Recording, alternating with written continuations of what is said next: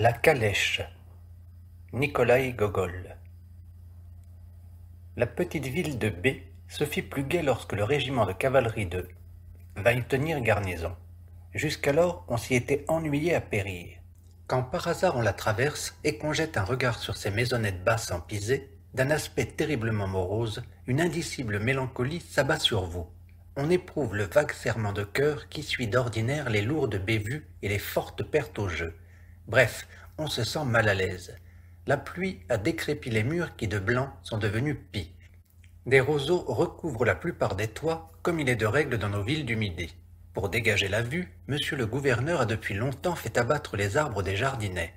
Dans les rues, on ne rencontre âme qui vive. Seul un coq traverse parfois la chaussée, à laquelle un demi-pied de poussière donne la souplesse d'un oreiller. À la moindre pluie, cette poussière se transforme en bourbier. De gras animaux que le gouverneur appelle des Français s'y plongent alors avec délice, dressent le groin d'un air grave et font entendre des grognements si rébarbatifs que le voyageur s'empresse de stimuler ses chevaux. Il serait du reste bien difficile de rencontrer un voyageur dans les rues de B. Rarement, bien rarement, un hobereau en redingote de Nankin, possesseur d'une douzaine d'âmes, s'y traîne dans un véhicule qui tient de la britchka et de la télègue. Perché sur des sacs de farine, il fouaille une jument baie que suit en trottinant son poulain. La place du marché elle-même n'incite guère à la gaieté. La maison du tailleur y est bêtement posée de guingois. En face, une bâtisse en pierre, à 2 fenêtres, demeure inachevée depuis 15 ans. Puis vient une palissade à la mode, couleur gris de boue élevée par le gouverneur pour servir de modèle aux autres édifices. Autant lointain de sa jeunesse, alors qu'il n'avait pas encore pris l'habitude de faire la sieste et d'avaler tous les soirs avant de s'endormir une infusion de groseille à maquereau. Tout le reste n'est guère qu'échalier. Quelques échoppes minuscules occupent le centre de la place. On peut y remarquer constamment un chapelet de craquelin, une bonne femme en robe rouge, un pain de savon, quelques livres d'amandes amères, du petit plomb, des cotonnades et 2 commis qui passent le plus clair de leur temps à jouer de la zvaïka près de la porte. Tout changea donc à l'arrivée du régiment de... Les rues prirent un aspect plus vivant. Les maisons basses virent souvent passer un svelte officier à plumet s'en allant chez quelques camarades pour y discuter les chances d'avancement ou les qualités d'un nouveau tabac. Parfois même pour risquer aux cartes un drochki qui pouvait s'appeler le drochki du régiment, car il passait de main en main. Aujourd'hui, un major y trônait. Demain, il ornait l'écurie d'un lieutenant. 8 jours plus tard, l'ordonnance du major s'évertuait de nouveau à le graisser. Des casquettes de soldats ornaient toutes les clôtures. On pouvait être sûr qu'une capote grise pendait à quelques portails. On croisait dans les ruelles des militaires aux moustaches aussi rêches que les crins d'une brosse à chaussures. Ces moustaches se voyaient partout. Une marchande arrivait-elle au marché avec son puisoir, une moustache surgissait aussitôt derrière son épaule. Les officiers animèrent la société que constituaient jusqu'alors 2 personnes en tout et pour tout. Le juge, qui vivait avec je ne sais quelle diaconesse, et le gouverneur, homme fort sensé, mais qui dormait du matin jusqu'au soir, et du soir jusqu'au matin.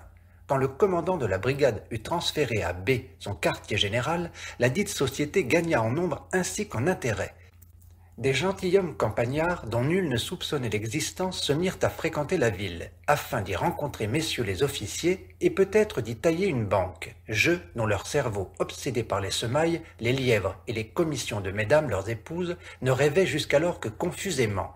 Un beau jour, je ne me rappelle malheureusement plus à quelle occasion, le général donna un grand dîner. Le festin nécessita d'énormes préparatifs. Le bruit des coutelas s'entendait des faubourgs. Tout le marché fut mis à contribution, si bien que le juge et sa diaconesse durent se contenter de galettes de sarrasin et de crème à la fécule. La courette du général était bondée de calèches et de drotchki. Les invités ne comprenaient que des hommes, les officiers du régiment et quelques propriétaires des environs. Parmi ces derniers, le plus en vue était Pythagore Pythagorovitch Tchertokoutsky, un des aristocrates du district de B, qui menait grand bruit aux élections et s'y rendait en fort bel arroi. Il était distingué jadis comme officier de cavalerie. Du moins, partout où son régiment tenait garnison, l'avait-on vu dans tous les bals et assemblées. Les jeunes filles des provinces de Tambov et de Simbirsk en pourraient dire quelque chose. Sa bonne renommée eût sans doute gagné d'autres provinces s'il n'avait été contraint de démissionner à la suite d'un de ces cas auxquels on donne le nom de « fâcheuse histoire ». Avait-il reçu ou donné un soufflet? Je ne m'en souviens plus au juste, mais je sais qu'on le mit en demeure de quitter le régiment. Il n'en conserva pas moins toute sa considération. Il portait un habit de coupe militaire à taille très haute, des moustaches et aussi des éperons afin d'empêcher les gentilshommes de s'imaginer qu'il avait servi dans l'infanterie, arme qu'il méprisait et traitait dédaigneusement de piétaille. Il ne manquait pas une des foires où la province russe, c'est-à-dire les gros propriétaires, leurs femmes et leurs enfants, vient se donner du bon temps en britchka, tarantas ou autres guimbardes comme personne n'en a jamais vu, même en songe. Un régiment de cavalerie tenait-il garnison quelque part, il repérait aussitôt l'endroit et s'y rendait en calèche légère. Il en sautait fort adroitement devant messieurs les officiers et devenait leur ami avec une rapidité qui tenait du prodige. Lors des dernières élections, il avait, au cours d'un excellent dîner offert aux gentilshommes, déclaré que s'il les lisait maréchal, il les mettrait tous sur le meilleur pied. Bref, il vivait en barine, comme on dit dans nos provinces. Il avait épousé une assez jolie fille qui lui avait apporté en dot 200 âmes et quelques milliers de roubles, l'achat de 6 beaux chevaux, de serrures dorées, d'un singe apprivoisé et l'engagement d'un majordome français engloutirent aussitôt le capital. Quant aux 200 âmes, il les mit en gage au crédit foncier, ainsi que les 200 qui lui appartenaient en propre, afin de se lancer dans des opérations commerciales. En un mot, c'était un propriétaire tout à fait à la hauteur, tout à fait comme il faut. Quelques hobereaux assistaient encore au dîner du général, mais de cela mieux vaut ne pas parler. Les officiers du régiment, y compris le colonel et le gros major, complétaient les convives.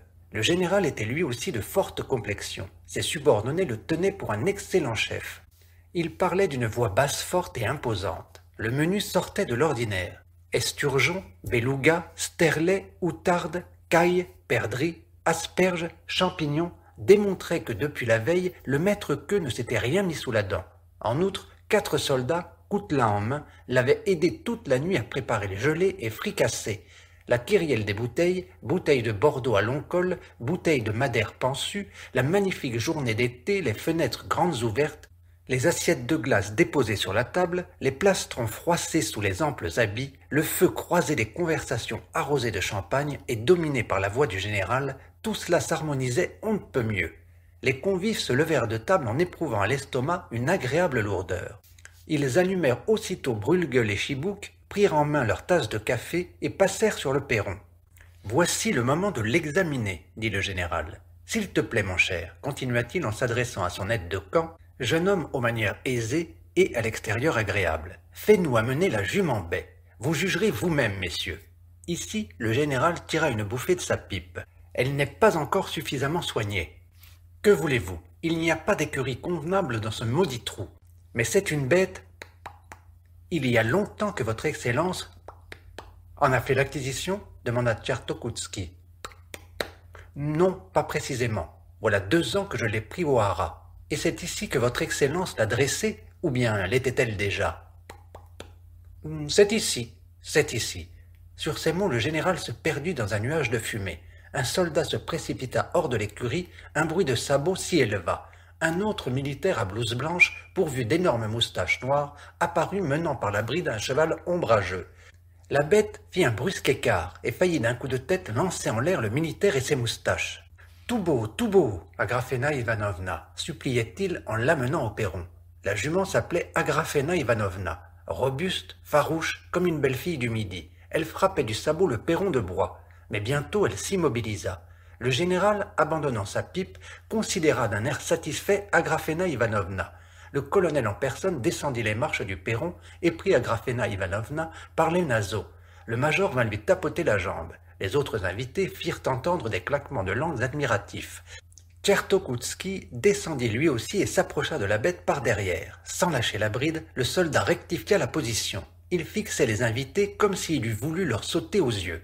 « Très bon cheval, déclara Tchertokoutski. Puis-je me permettre de demander à votre Excellence s'il a de bonnes allures? Oh, son pas est excellent, mais cet idiot de vétérinaire lui a fait avaler je ne sais quelle pilule et voilà 2 jours qu'elle ne cesse d'éternuer. Très bon cheval. Votre Excellence possède sans doute une voiture en rapport avec la bête. Une voiture? Mais c'est un cheval de selle. Je sais. Je voulais demander si votre Excellence possède une voiture en rapport avec ses autres chevaux. À part les francs, je ne suis pas trop bien monté en voiture. J'aimerais avoir une de ces calèches comme on en fait aujourd'hui. J'en ai écrit à mon frère qui est en ce moment à Pétersbourg, mais je ne sais encore s'il m'en enverra une. Selon moi, Excellence, insinua le colonel, il n'est belle calèche que de Vienne. Très juste. Eh bien, Excellence, reprit Tchertokovski, je possède justement une superbe calèche viennoise.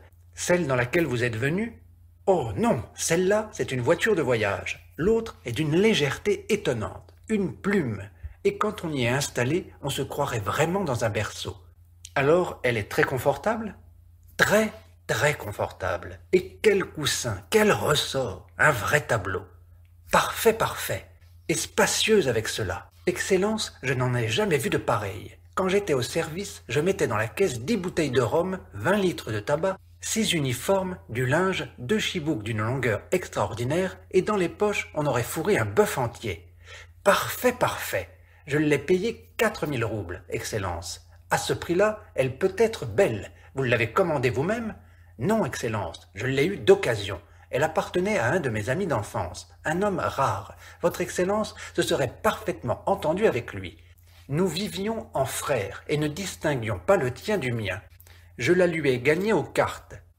Votre Excellence voudrait-elle me faire l'honneur de venir dîner demain chez moi? Par la même occasion, je lui montrerai la calèche. Je ne sais que vous répondre. Seul, cela me paraît... À moins que vous ne permettiez à quelques officiers de m'accompagner. Mais certainement, j'invite aussi messieurs les officiers. Messieurs, je serais fort honoré de vous voir chez moi. À mon avis, Excellence, quand on a acheté quelque chose, il faut prendre du beau. Autrement, le jeu n'en vaut pas la chandelle. Demain, quand j'aurai l'honneur de vous recevoir, je vous montrerai certaines de mes acquisitions. Le général considéra Tchertokovski à travers un nuage de fumée. Satisfait de son invitation, notre homme commandait mentalement ragoût et pâté et promenait des regards joyeux sur messieurs les officiers, qui, de leur côté, prêtaient à sa personne une attention plus marquée. Cela se devinait à l'expression de leurs yeux et aux petits mouvements de tête obséquieux qu'ils lui adressaient. Tchertokovski prit une attitude désinvolte et sa voix s'amollit, indice de profond contentement. « Votre Excellence fera connaissance avec la maîtresse du logis. J'en serais fort heureux, dit le général en caressant ses moustaches. Tchertokovski voulut aussitôt rentrer chez lui afin de tout préparer pour la réception du lendemain. Il avait déjà pris son chapeau, mais je ne sais trop pourquoi il s'attarda quelques instants. Cependant, on avait disposé dans l'appartement des tables de whist, autour desquelles toute la compagnie s'installa bientôt, par groupe de 4. On apporta des bougies. Tchertokovski hésita longtemps à prendre part au whist. Messieurs les officiers l'y conviant, il estima qu'un refus serait contraire aux règles du bon ton. À peine assis, il trouva devant lui un verre de punch, que par distraction il avala d'un trait.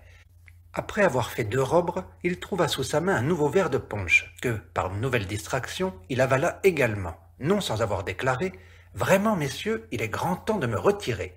Il se laissa pourtant entraîner dans une nouvelle partie. Cependant, la conversation, jusqu'alors générale, s'émiettait en entretien particulier. Si les joueurs ne parlaient guère, les autres invités, assis à l'écart sur des divans, bavardaient à l'envi. Dans un coin, un capitaine en second, la pipe aux dents, un coussin sous la hanche, racontait avec assez de verve ses aventures amoureuses à un cercle d'auditeurs suspendus à ses lèvres. Un hobereau d'un embonpoint extraordinaire, dont les petites mains trapues ressemblaient à des pommes de terre rabougries, l'écoutait, la mine doucereuse. Par instants, il rejetait son bras court derrière son vaste dos et s'efforçait d'atteindre sa tabatière. Dans un autre coin, une discussion assez vive s'éleva à propos des exercices d'escadron. Tchertokovski, qui avait déjà joué 2 fois un valet pour une dame, s'avisa soudain d'y prendre part. Il criait de sa place « En quelle année? Où? Dans quel régiment ?» sans s'apercevoir que ces questions tombaient à côté. Enfin, quelques minutes avant le souper, le whist prit fin, pour se continuer en paroles. Les têtes paraissaient pleines de ce jeu. Tout en se rappelant qu'il avait beaucoup gagné, Tchertokovski se leva pourtant sans rien empocher et demeura longtemps dans l'attitude d'un monsieur qui a oublié son mouchoir. On servit le souper. Les vins n'y furent point épargnés, bien entendu, et Tchertokovski, qui avait une bouteille à sa droite et une autre à sa gauche, se vit parfois obligé presque inconsciemment de remplir son verre. Une longue conversation s'engagea que les convives menèrent d'étranges façons. Un colonel, vieux débris de 1812, raconta une bataille qui n'avait jamais eu lieu. Puis, sans qu'on sût trop pourquoi, enfonça dans un gâteau un bouchon de carafe. Bref, on ne se sépara qu'à 3 heures du matin. Certains cochers durent emporter leur maître à bras-le-corps comme des ballots. Et dans sa calèche, Tchertokovski, malgré tout son aristocratisme, branlait si fort du chef et l'inclinait si bas qu'il ramena 2 gloutrons dans sa moustache. Tout le monde dormait quand il rentra chez lui. Le cocher trouva à grand-peine le valet de chambre, qui guida son maître à travers le salon et le remit aux mains d'une soubrette. Avec l'aide de celle-ci, Tchertokoutski gagna la chambre à coucher et s'étendit auprès de sa charmante jeune femme, délicieuse dans un déshabillé d'une blancheur de neige. La chute de son mari sur le lit la réveilla. Elle s'étira, fronça le sourcil, clignota par 3 fois, ouvrit enfin les yeux dans un sourire mi-fâché. Mais, voyant que pour cette fois son époux se refusait à toute caresse, elle se retourna de l'autre côté et se rendormit bientôt, la joue sur le bras. La jeune maîtresse de maison se réveilla à une heure plutôt tardive, à en juger du moins par les habitudes de la campagne. Son mari ronflait toujours. Se rappelant qu'il était rentré vers 4 heures du matin, elle eut pitié de le réveiller. Elle enfila des pantoufles qu'il lui avait fait venir de Pétersbourg. Et, drapée dans un peignoir dont les plis retombaient en cascade autour d'elle, elle gagna son cabinet de toilette, s'y lava avec une eau aussi fraîche que sa personne et s'installa devant son miroir. 1 ou 2 coups d'œil la convainquirent que ce matin-là, elle n'était vraiment pas mal. Cette circonstance futile en apparence la contraignit à se mirer pendant plus de 2 heures. Elle finit pourtant par s'habiller fort gentiment et s'en fut prendre l'air du jardin. Il faisait une des plus radieuses journées d'été dont le midi puisse s'enorgueillir. Le soleil arrivé au zénith dardait des rayons embrasés. Mais, échauffées par lui, les fleurs exhalaient des parfums 3 fois plus capiteux et, sous les sombres allées, la fraîcheur invitait doublement à la promenade. La charmante dame oublia tout à fait qu'il était midi et que son mari dormait encore. Déjà son oreille percevait le ronflement des 2 cochers et du valet de pied, qui faisait la sieste dans l'écurie voisine. Elle demeurait pourtant assise dans une allée ombreuse qui, du jardin, s'allongeait vers la grande route, et elle en contemplait distraitement l'étendue déserte. Soudain, un nuage de poussière qui apparut dans le lointain attira son attention. Elle distingua bientôt plusieurs voitures. Dans la première, une calèche légère à 2 places, se tenait le général dont les grosses épaulettes brillaient au soleil. Le colonel l'accompagnait. Une seconde calèche, à 4 places, celle-ci, suivait la première. Un major, l'aide de camp du général et 2 autres officiers l'occupaient. Venait ensuite le fameux Drotchki du régiment. Le gros major en était pour cette fois le propriétaire. Un bon voyage à 4 places apparaissait derrière le Drotchki. 4 officiers s'y carraient avec un 5e sur les genoux. Et derrière le bon voyage, on devinait 3 officiers qui chevauchaient de superbes baies pommelées. Viendrait-il chez nous ? Songea la maîtresse de maison. Ah, mon Dieu, voilà qu'ils prennent par le pont. Elle poussa un cri, leva les bras et courut à travers les plates-bandes, tout droit jusqu'à la chambre de son mari. Il dormait à poing fermé. Lève-toi vite, cria-t-elle en lui secouant le bras. Hein ? Murmura Tchertokoutski en s'étirant sans ouvrir les yeux. Lève-toi, Coco, vite, vite, voici des visites. Des visites ? Quelles visites ? Sur ces mots, il émit un son semblable au meuglement d'un veau, quand il cherche au museau la tétine de sa mère. Mais, beugla-t-il, tends-moi ton cou, cocotte, que je le baise. Chérie, au nom du ciel, lève-toi. Le général et ses officiers nous arrivent. Ah, mon Dieu, tu as un gloutron dans la moustache. Le général ? Déjà ? Mais pourquoi diantre ne m'a-t-on pas réveillé ? Le dîner est-il prêt au moins ? Quel dîner ? Ne l'ai-je pas commandé ? Mais tu es revenu à 4 heures du matin. J'ai eu beau t'interroger, tu n'as rien voulu me répondre.